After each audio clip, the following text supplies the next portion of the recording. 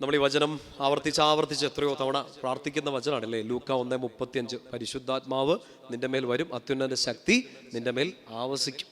അത്യുന്നതന്റെ ശക്തി ലഭിക്കുക, അതാണ് വളരെ പ്രധാനപ്പെട്ട കാര്യം. നമ്മുടെ പഠനവും ജോലിയും ശുശ്രൂഷയും നമ്മൾ ചെയ്യുന്ന എല്ലാ കാര്യത്തിൻ്റെ മേലും ഈ അത്യുന്നതന്റെ ശക്തി നിറയണം. നമുക്ക് ബലം കുറഞ്ഞു പോകുന്ന സമയങ്ങളുണ്ട്, നമ്മളൊന്നും അല്ലാതായി പോകുന്ന സമയങ്ങളുണ്ട്, ഇവിടെ ശക്തി തീർത്തും ക്ഷയിച്ചു പോകുന്ന സമയങ്ങളുണ്ട്. അവിടെ ആരുടെ ശക്തി വേണം നമ്മളിലേക്ക്? അത്യുന്നതന്റെ ശക്തി. ഈ വചനം നമ്മളിനി പറയാൻ പോകുന്ന കാര്യങ്ങളൊക്കെ നന്നായിട്ട് മനസ്സിലാക്കി എടുത്തു, ഹൃദയത്തിലോട്ട് നേറ്റെടുത്തു. ഇന്ന് ടോട്ടലി ചിലപ്പോൾ ഒരു ശക്തി ചോർന്ന് നിൽക്കുന്ന ഒരു സമയത്താണ് ഈ വചനം കേൾക്കുന്നെങ്കിൽ, നാളെ എന്തെങ്കിലും നിങ്ങളുടെ മനസ്സിലേക്ക് ഇത് പരിശുദ്ധാത്മാവ് ശക്തിയായിട്ട് തരും. നിങ്ങൾ പ്രാർത്ഥിക്കേണ്ട ഒറ്റ കാര്യത്തിന് വേണ്ടി ഈശോ ബോധ്യം തരികയാണ്. എൻ്റെ ശക്തി ചോർന്നു പോയി, എനിക്കൊന്നും ചെയ്യാൻ പറ്റുന്നില്ല എന്നോർത്ത് വിഷമിച്ചിരിക്കാതെ ഇതിങ്ങനെ പ്രാർത്ഥിച്ചുകൊണ്ടിരിക്കുക. അത്യുന്നതന്റെ ശക്തിക്ക് വേണ്ടി പ്രാർത്ഥിച്ചുകൊണ്ടിരിക്കുക. പറഞ്ഞേ ഹല്ലേലൂയാ, ശക്തി പറഞ്ഞേ ഹല്ലേലൂയാ. ഈ പരിശുദ്ധ അമ്മ അത് കേട്ടു അല്ലേ? പരിശുദ്ധാത്മാവ് നിന്റെ മേൽ വരും, അത്യുന്നതന്റെ ശക്തി നിന്റെ മേൽ ആവസിക്കും. ആ സമയം മുതൽ പരിശുദ്ധ അമ്മയിൽ വലിയൊരു കൃപ നിറയാണ് ചെയ്തത്, വലിയൊരു കൃപ നിറഞ്ഞു. നമ്മൾ ഒക്ടോബർ മാസത്തിൽ പ്രത്യേകിച്ച് ഇങ്ങനെ ജപമാലയൊക്കെ കൂടുതൽ ചെല്ലേണ്ട, എല്ലാ ദിവസവും നമ്മൾ ചെല്ലുന്നുണ്ട്. ഒക്ടോബർ മാസത്തിലൊക്കെ കൂടുതൽ ജപമാല ചെല്ലുന്നൊരു മാസമാണല്ലേ. ജപമാല ചൊല്ലി പ്രാർത്ഥിക്കും. നിങ്ങൾ ഇവിടെ ഉണ്ടാവോ?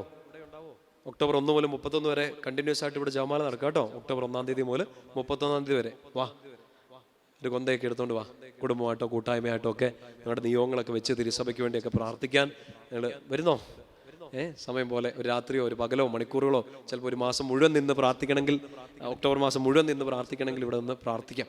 ഒരു വലിയൊരു അഭിഷേകമായിട്ട് മാറണം ഒക്ടോബർ മാസം. പറഞ്ഞേ ഹല്ലേലൂയാ. ഒരു അത്യുന്നതന്റെ ശക്തി നിറയാൻ വേണ്ടി പ്രാർത്ഥിച്ചുകൊണ്ട് ആ ജപമാലയിൽ നിങ്ങൾക്ക് പങ്കെടുക്കാം. എല്ലാ കാര്യത്തിനും ആരുടെ ശക്തി വേണം? അത്യുന്നതന്റെ ശക്തി. അപ്പൊ ജപമാല ചൊല്ലുമ്പോൾ ആ ശക്തി നമ്മളിലേക്ക് നിറയാം. ഈശോയുടെ രഹസ്യങ്ങൾ നമ്മൾ പരിശുദ്ധമ്മയുടെ മടിയിലിരുന്ന് ധ്യാനിക്കുമ്പോൾ അത്യുന്നതന്റെ ശക്തി നമ്മളിലേക്ക് നിറയും. എല്ലാ കാര്യങ്ങളും ചെയ്യാൻ വേണ്ടിയിട്ട് പരിശുദ്ധ അമ്മയിൽ കിട്ടിയ ആ പരിശുദ്ധാത്മാവിന്റെ തിടുക്കത്തിൽ അത് ചെയ്യാൻ അല്ലെ. എലിസബത്ത് ഗർഭിണിയാണെന്ന് കേട്ടപ്പോൾ പതുക്കെ ഞരങ്ങി മൂളി ഒരു ട്രെയിനൊക്കെ പിടിച്ച് പോയി ആണോ? അല്ല, തിടുക്കത്തിൽ യാത്ര പുറപ്പെട്ടു. ആ ഒരു തിടുക്കം എല്ലാം ചെയ്യാനുള്ള ഒരു ആത്മീയ കൃപ അത് ലഭിക്കണമെങ്കിൽ നമ്മുടെ ഉള്ളിലേക്ക് ആരുടെ ശക്തി വേണം? അത്യുന്നതന്റെ ശക്തി വേണം. ആ ഉള്ളിലേക്ക് ആ വചനം നിറഞ്ഞ് ശക്തി നിറഞ്ഞ് പരിശുദ്ധ അമ്മ എലിസബത്തിനെ കാണാൻ പോയപ്പോൾ എന്നാ സംഭവിച്ചേ? എലിസബത്തിന്റെ ഉദരത്തിൽ ശിശു സന്തോഷം കൊണ്ട് കുതിച്ചു ചാടി.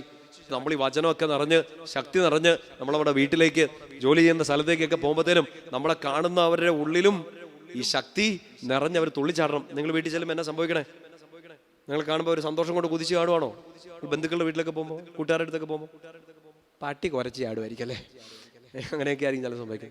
നമ്മുടെ ഉള്ളിൽ ആ ശക്തി ഉണ്ടെങ്കിൽ, വചനത്തിന് ശക്തി ഉണ്ടെങ്കിൽ, ഈശോയുടെ സാന്നിധ്യം ഉണ്ടെങ്കിൽ നമ്മളെ കാണുന്നവർ പോലും ശക്തി പ്രാപിക്കും. പറഞ്ഞേ ഹല്ലേലൂയാ, ശക്തി പറഞ്ഞേ ഹല്ലേലൂയാ.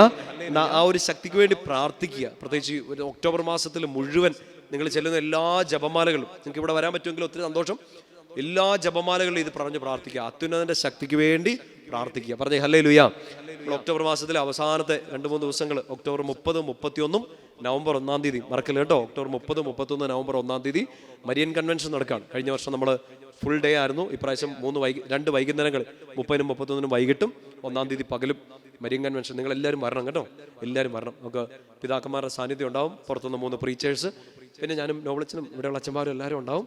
നമുക്ക് നല്ലൊരു അഭിഷേകമായിട്ട് മാറും. ഒക്ടോബർ മാസം ജപമാല ചൊല്ലി പരിശുദ്ധ അമ്മയുടെ നാമമഹത്വത്തിന് വേണ്ടി, ഈശോയുടെ വലിയ സ്നേഹം നമ്മളിലേക്ക് നിറയാൻ വേണ്ടി മരിയൻ കൺവെൻഷൻ നടത്തി വലിയൊരു അഭിഷേകത്തിലേക്ക് വരണം. 2 കരങ്ങൾ ഉയർത്തി പറഞ്ഞേ ഹല്ലേലൂയാ, ശക്തിയോടെ പറഞ്ഞേ ഹല്ലേലൂയാ. നമ്മളിന്ന് ഈ വചനം കേൾക്കുന്ന ഈ ഒരു ദിവസം മുതൽ നിങ്ങൾ ശരിക്കും ഇത് പ്രാർത്ഥിച്ച് അത്യുന്നതന്റെ ശക്തിക്ക് വേണ്ടി പ്രാർത്ഥിക്കുക. എല്ലാ കാര്യത്തിനും അത്യുന്നതന്റെ ശക്തി, കർത്താവിന്റെ ശക്തിക്ക് വേണ്ടി പ്രാർത്ഥിക്കുക. പറഞ്ഞേ ഹല്ലേലൂയാ, ശക്തിയോടെ പറഞ്ഞേ ഹല്ലേലൂയാ. ഈ അപ്പോസ്തല പ്രവർത്തനം 7-ാം അധ്യായം എടുക്കാവോ? നമ്മൾ അത്യുന്നതന്റെ ശക്തി എന്നൊക്കെ പറയുമ്പോൾ ആ ദൈവത്തിന്റെ അധികാരത്തെ, കർത്താവിന്റെ ആ സാന്നിധ്യത്തെയും മഹത്വത്തെയൊക്കെയാണ് നമ്മൾ ഏറ്റുപറയുക. അത് ശരിക്കും വലിയൊരു പ്രതിസന്ധിയിൽ, ഇപ്പോൾ ഇന്ന് ഒരു പ്രതിസന്ധിയിലാണെങ്കിൽ, വല്ലാത്തൊരു വേദനയിലൂടെ കടന്നു പോവുകയാണെങ്കിൽ അവിടെയും നിങ്ങൾ കർത്താവേ എന്ന് വിളിച്ച് പ്രാർത്ഥിക്കണം. എൻ്റെ അധികാരമുള്ള, എൻ്റെ അത്യുന്നതനായ ശക്തനായ കർത്താവെ എന്ന് പറഞ്ഞ് വിളിച്ച് പ്രാർത്ഥിക്കണം. 7-ാം അധ്യായത്തിൽ 59-ഉം 60-ഉം വാക്യങ്ങളാണ്. അപ്പോസ്തല പ്രവർത്തനം 7-ാം അധ്യായം 59-60 വാക്യങ്ങൾ. സ്റ്റീഫനെ കല്ലെറിയുകയാണ്, സ്റ്റെഫാനോസിനെ കല്ലെറി. നമ്മൾ ഏകദിനത്തിനൊക്കെ പൗലോസ്ലിയെ കുറിച്ച് കൂടുതൽ പറയുമ്പോൾ, പൗലോസ്ലിയെ പറയുമ്പോൾ മറന്നു പോകാൻ പാടില്ലാത്ത ഒരാളാണ് ആര്? സ്റ്റീഫന്റെ കല്ലേറിന് സാക്ഷ്യം വഹിക്കുന്ന ആരാണ്? പൗലോസാണ്, സൗളാണ്. അപ്പം അത് ഈ സ്റ്റീഫൻ മരിക്കുന്ന സമയം 59-ാമത്തെ വാക്യം, 7-ാം അധ്യായത്തിൽ 59, ശ്രദ്ധിച്ചു കേട്ടെ. അനന്തരം അവർ സ്തേഫാനോസിനെ കല്ലെറിഞ്ഞു. അപ്പോൾ അവൻ പ്രാർത്ഥിച്ചു. ഉറക്കെ അങ്ങ് വായിച്ചേ. കർത്താവായ യേശുവേ, എൻ്റെ ആത്മാവിനെ കൈക്കൊള്ളണമേ. 60 കൂടെ വായിക്ക്. അവൻ മുട്ടുകുത്തി വലിയ സ്വരത്തിൽ അപേക്ഷിച്ചു, കർത്താവേ, ഈ പാപം അവരുടെ മേൽ ആരോപിക്കരുതേ. ഇത് പറഞ്ഞ് അവൻ മരണനിദ്ര പ്രാപിച്ചു. എന്തിനാ ഇത് പറയുന്നതെന്നറിയോ? ഇപ്പൊ ചിലപ്പോ ഒരു കല്ലേറ് കൊള്ളുന്ന ഒരു സമയമായിരിക്കാം നമുക്ക്, അല്ലേ? കല്ലേറെന്ന് വെച്ചാൽ നിങ്ങളാരും കല്ലുപെറുക്കി എറിയുന്നല്ല, അത്ര വലിയ ബുദ്ധിമുട്ട്, നേരെ നിൽക്കാൻ പറ്റാത്ത സിറ്റുവേഷൻ ആയിരിക്കും. മരണം കൺമുമ്പിൽ വന്ന് നിൽക്കുന്ന പോലത്തെ ബുദ്ധിമുട്ടുകളായിരിക്കും. ചിലപ്പോൾ ആൾക്കാർക്ക് ഇങ്ങനെ കടം വന്നിട്ട് ആത്മഹത്യ ചെയ്യാറില്ലേ, അല്ലേ? ചിലപ്പോൾ പേടിച്ചിരിക്കും, കർത്താവ് എന്നെ ചെയ്യും, ജോലി നഷ്ടപ്പെട്ട് എന്നാ ചെയ്യും, കുടുംബം തകർന്ന് എന്നാ ചെയ്യും. കല്ലേറ് വന്നുകൊണ്ടിരിക്കുകയാണ്, മരണം കൺമുമ്പിൽ വന്നിരിക്കുകയാണ്. സ്റ്റീഫൻ നമ്മുടെ മുമ്പിൽ ഒരു വലിയ ഉദാഹരണം കാണിക്കുകയാണ്. കല്ലേറ് വന്നുകൊണ്ടിരിക്കുന്ന സമയത്തും സ്റ്റീഫന്റെ വായിന്ന് വന്ന ഒറ്റ വാക്കാണ്, എന്നാ വിളിച്ച ഈശോയെ? കർത്താവേ. കർത്താവേ, ആ വചനം ശ്രദ്ധിച്ച് കേട്ടെ. കർത്താവായ യേശുവേ, എൻ്റെ ആത്മാവിനെ കൈക്കൊള്ളണമേ. അടുത്ത വാക്കിങ്ങനെയാണ്, കർത്താവേ, ഈ പാപം അവരുടെ മേൽ ആരോപിക്കരുതേ. ബാക്കി ബാക്ക്ഗ്രൗണ്ടൊക്കെ നമുക്കറിയാം, സ്റ്റീഫനെ കല്ലെറിയുന്നൊക്കെ. പക്ഷെ ആ സങ്കടത്തിൽ നിൽക്കുമ്പോൾ, ജീവൻ നഷ്ടപ്പെട്ടു പോകുന്ന സമയത്തും സ്റ്റീഫന്റെ വായിന്ന് ഒറ്റ വാക്കാണ് വരുന്നത്, കർത്താവേ. എന്താണ് അതിന്റെ അർത്ഥം? കർത്താവേ എന്ന് വിളിക്കുമ്പോൾ അതിന്റെ അർത്ഥം എന്താണ്? എൻ്റെ അധികാരം ഈ കല്ല് എറിയുന്നവർക്കല്ല, വരുന്ന കല്ലുകൾക്കല്ല, എന്നെ ഭയപ്പെടുത്തുന്ന എൻ്റെ മരണത്തിനല്ല, എൻ്റെ ശരീരം വേദനിക്കുമ്പോൾ ആ വേദനയ്ക്കല്ല, അധികാരം ആർക്കാണ്? എൻ്റെ കർത്താവിനാണ്. പറഞ്ഞേ ഹല്ലേലൂയാ. ശക്തി പറഞ്ഞേ ഹല്ലേലൂയാ. എന്നാണ് നമ്മുടെ പ്രിയപ്പെട്ട പൗലോസ്ലീഹയൊക്കെ കൃത്യമായിട്ട് പറഞ്ഞു തരിക. കർത്താവിൻ്റെ നാമം വിളിച്ചപേക്ഷിക്കുക. എന്ത് സങ്കടത്തിലും എന്ത് വേദനയിലും നീ കർത്താവിൻ്റെ നാമം വിളിച്ചപേക്ഷിക്കുക. ആ നാമം വിളിച്ചപേക്ഷിക്കുമ്പോൾ അധികാരം ഇറങ്ങും. ബുദ്ധിമുട്ടിച്ച എല്ലാ പ്രശ്നങ്ങളുടെ മേലേക്കും കർത്താവിന്റെ അധികാരം ഇറങ്ങും. പറഞ്ഞേ ഹല്ലേലൂയാ. റോമാക്കാർക്ക് എഴുതിയ ലേഖനത്തിൽ 10-ാം അധ്യായം, അപ്പോസ്തല പ്രവർത്തനത്തിന് മുമ്പോട്ട് മറിച്ച് റോമാക്കാർക്ക് എഴുതിയ ലേഖനത്തിൽ 10-ാം അധ്യായം അതിന്റെ 9-ാമത്തെ വാക്യം. നമ്മൾ ഈശോയെ കർത്താവായി ദൈവമായിട്ട് ഏറ്റു പറയണമെന്ന് പൗലോസ്ലീഹ പറയാണ്.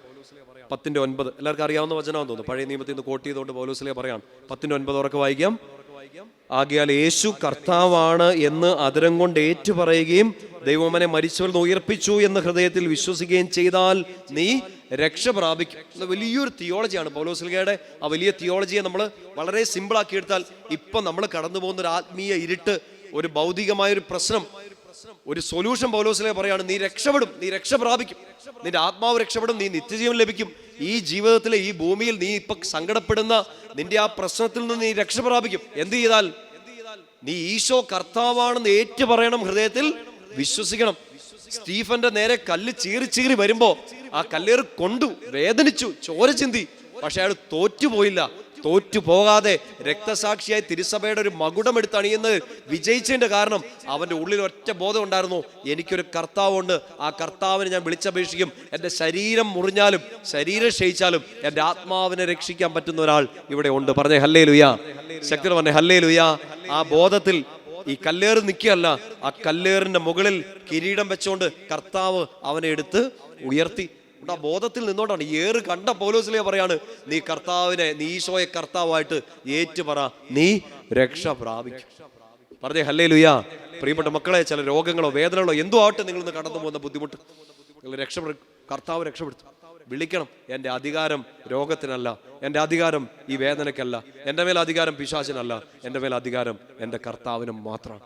എന്നെ വേദനിപ്പിച്ചവർക്കല്ല, എന്നെ തോൽപ്പിച്ചവർക്കല്ല, എന്നെ പറ്റിച്ചവർക്കല്ല, എൻ്റെ സമാധാനം കെടുത്തി കളഞ്ഞവർക്കല്ല, എനിക്ക് നേരെ കല്ലെറിയുന്നവർക്കല്ല, എൻ്റെ നേരെ ചീറി വരുന്ന കല്ലുകൾക്കല്ല, അധികാരം എൻ്റെ കർത്താവിനും മാത്രം. വളരെ ഉയർത്തി പറഞ്ഞേ ഹല്ലേലൂയാ. ശക്തിയോടെ പറഞ്ഞേ ഹല്ലേലൂയാ. പൗലോസ്ലീഹ പറഞ്ഞ മറ്റൊരു വചനമാണ് ഫിലിപ്പിയർക്ക് എഴുതിയ ലേഖനത്തിൽ 2-ാം അധ്യായം.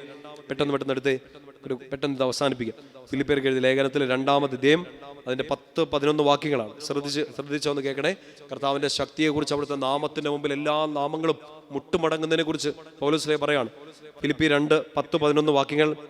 യേശുവിന്റെ നാമത്തിന്റെ മുമ്പിൽ സ്വർഗത്തിലും ഭൂമിയിലും പാതാളത്തിലുമുള്ള സകലരും മുട്ടുകൾ മടങ്ങുന്നതിനും യേശു ക്രിസ്തു കർത്താവാണെന്ന് പിതാവായ ദൈവത്തിന്റെ മഹത്വത്തിനായി എല്ലാ നാവുകളും ഏറ്റു പറയുന്നതിന് വേണ്ടിയാണ്. ഏറ്റു പറയണം, ഈശോ കർത്താവാണെന്ന് എല്ലാ നാവുകളും ഏറ്റു പറയണം. നിങ്ങൾ അങ്ങനെ ഏറ്റു പറയുമ്പോൾ സ്വർഗത്തിലും ഭൂമിയിലും പാതാളത്തിലുമുള്ള എല്ലാ നാമങ്ങളും മുട്ടുമടങ്ങും. എൻ്റെ അപ്പുറത്തെ സൈഡ് ഒന്ന് ചിന്തിച്ചേ. നിങ്ങളെ ബുദ്ധിമുട്ടിച്ച എല്ലാ പ്രശ്നങ്ങളും നിങ്ങൾ ഈശോയെ കർത്താവായിട്ട് ദൈവമായിട്ട് ഏറ്റു പറയുമ്പോൾ നിങ്ങളുടെ മുമ്പിൽ മുട്ടുമടങ്ങിയേ മതിയാവും. നമ്മളെ ബുദ്ധിമുട്ടിച്ച, നമ്മളെ മുട്ടുമടക്കിയ, നമ്മളെ തകർക്കാൻ ശ്രമിച്ച, നമ്മുടെ ജീവിതത്തിൻ്റെ ശ്വാസം മുട്ടലുകൾക്കൊക്കെ കാരണമായ ആ വ്യക്തികളെയോ സാഹചര്യങ്ങളെയോ തിന്മയോ കഴിഞ്ഞ കാലത്തെയോ പേടിപ്പിക്കുന്ന ഭാവി ജീവിതത്തെയോ ആകുലപ്പെടുത്തുന്ന കഴിഞ്ഞ കാലത്തെയോ വ്യാകുലപ്പെടുത്തുന്ന ഇന്നത്തെ ഒരു ടെൻഷനെയോ ഒന്നുമല്ല നിങ്ങൾ ഓർക്കേണ്ടത്. നിങ്ങൾ ഈ സങ്കടത്തിൽ, നിങ്ങൾ ഈ വേദനയിൽ ഈശോയുടെ നാമം വിളിച്ച് പ്രാർത്ഥിക്കുക. കർത്താവ് എൻ്റെ ഈശോ എൻ്റെ കർത്താവാണ്, എൻ്റെ ദൈവമാണ്, അധികാരിയാണെന്ന് പ്രഖ്യാപിക്കുക. എല്ലാ മുട്ടും മടങ്ങും, എല്ലാ പ്രശ്നങ്ങളും കർത്താവിൻ്റെ മുമ്പിൽ മുട്ടുമടക്കും. പറഞ്ഞേ ഹല്ലേലൂയ. ശക്തി പറഞ്ഞേ ഹല്ലേലൂയ. പൗലോസ്ലിഹ ഈശോയെ വിളിക്കുന്ന ഒരു വാക്കാണ് മഹത്വത്തിന്റെ കർത്താവ്.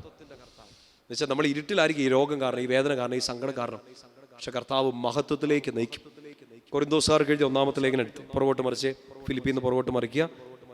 കൊരിന്തോസുകാർക്ക് എഴുതിയ 1-ാമത്തെ ലേഖനത്തിൽ 2-ാമത്തെ അധ്യായം അതിന്റെ 8-ാമത്തെ വാക്യം. 1 കൊരിന്തോസ് 2:8 പെട്ടെന്ന് എടുക്കും. 1 കൊരിന്തോസ് 2:8 പൗലോസ്ലിഹ ഈശോയെ വിളിക്കുന്ന ഒരു പ്രത്യേക അഭിസംബോധനയാണ്. 2:8 ഇങ്ങനെയാണ്, ഒരുമിച്ച് വായിക്കാം. ഈ ലോകത്തിന്റെ അധികാരികളിൽ ആർക്കും അത് ഗ്രഹിക്കാൻ സാധിച്ചില്ല. വായിച്ചേ, സാധിച്ചിരുന്നെങ്കിൽ മഹത്വത്തിന്റെ കർത്താവിനെ അവർ കുരിശിൽ തറയ്ക്കുമായിരുന്നില്ല. ഈശോയെ കുറിച്ച് പൗലോസ്ലിഹ പറയാണ്, എന്താണ് മഹത്വത്തിന്റെ കർത്താവ്. ലോകത്തിന്റെ അധികാരികൾക്ക് അത് പിടികിട്ടത്തില്ല. ലോകത്തിന്റെ അധികാരികൾ, ഇപ്പോൾ നമുക്ക് ലോകം നമ്മളെ നയിക്കുമ്പോൾ നമ്മൾ വിചാരിക്കും നമ്മുടെ കഴിവ്, നമ്മുടെ ശക്തി, നമ്മുടെ ബുദ്ധിശക്തി, നമ്മുടെ തീരുമാനങ്ങൾ ഇതൊക്കെയാണ് വിജയം നൽകുന്നത്. പക്ഷെ ലോകത്തിന്റെ അധികാരികൾക്ക് മനസ്സിലാവാത്തൊരു രഹസ്യം, മഹത്വത്തിന്റെ കർത്താവാണ് എൻ്റെ കൂടെ ഉള്ളത്. ഈ കർത്താവാണ് എന്നെ വിജയിപ്പിക്കുന്നത്, എന്നെ അനുഗ്രഹിക്കുന്നത്, എന്നെ സൗഖ്യപ്പെടുത്തുന്നത്. പറഞ്ഞേ ഹല്ലേലൂയ. ശക്തി പറഞ്ഞേ ഹല്ലേലൂയ. പൗലോസ്ലിഹ തെസ്സലോനിക്കക്കാർക്ക് എഴുതിയ 2-ാമത്തെ ലേഖനം എടുത്തേ, പെട്ടെന്ന് എടുത്തേ. 2 തെസ്സലോനിക്കർ 3-ാമത്തെ അധ്യായത്തിൽ 3-ാമത്തെ വാക്യം. നോട്ട് ബുക്കിലേക്കൊക്കെ ഈ വചനമൊക്കെ ഒന്ന് കുറിച്ചിടണം കേട്ടോ, കുറിച്ചിടണം. എല്ലാം ഓർക്കാൻ പറ്റുമായിരിക്കും. പിന്നെ കയ്യിൽ എഴുതി ഇടുമ്പോൾ കൈ തീർന്നില്ലേ, അത് കുറേ വചനങ്ങൾ നമ്മൾ പറഞ്ഞല്ലോ. തുണിയിലൊക്കെ എഴുതി വെക്കുക, അടുത്തിരിക്കുന്നവരുടെ നെറ്റിയിലൊക്കെ എഴുതി വെക്കുക. 2 തെസ്സലോനിക്കർ 3:3 പൗലോസ്ലിഹ ഈശോയുടെ ആ ശക്തിയെക്കുറിച്ച് പറയാണ്. ഈശോയെ കർത്താവായിട്ട് ഏറ്റു പറയുന്നത് നമ്മിലേക്ക് നിറയുന്ന ഒരു ശക്തി.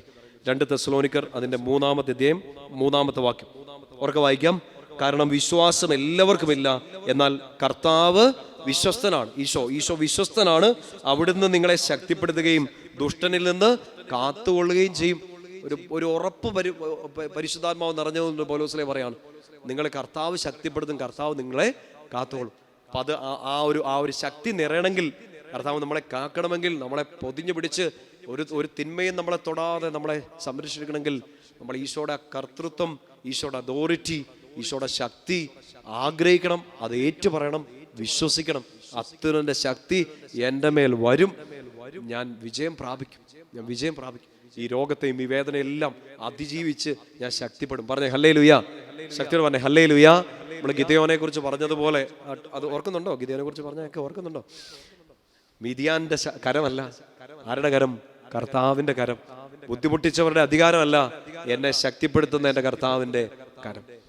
നിങ്ങൾ ഇന്ന് പ്രാർത്ഥിച്ചോണം. ഈശോയെ, ഇന്നിപ്പോൾ ഞാൻ അനുഭവിച്ചുകൊണ്ടിരിക്കുന്ന എല്ലാ സങ്കടങ്ങളുടെ മേൽ അധികാരം നിനക്ക് മാത്രം. വിഷമം വരുന്നുണ്ട്, സങ്കടം വരുന്നുണ്ട്, കരച്ചിൽ വരുന്നുണ്ട്, ഉറക്കം നഷ്ടപ്പെട്ടു പോകുന്നുണ്ട്, ഇതൊക്കെ ഓർക്കുമ്പോൾ. പക്ഷെ അധികാരം ആർക്ക് മാത്രം? ഈശോയ്ക്ക് മാത്രം. മത്തായി 28:18 കാണാതെ അറിയത്തില്ലേ? സ്വർഗത്തിലും ഭൂമിയിലുമുള്ള എല്ലാ അധികാരവും ആർക്ക്? ഈശോയ്ക്ക്. ആ ഒരു ബോധ്യം ഉള്ളിലോട്ട് നിറയട്ടെ.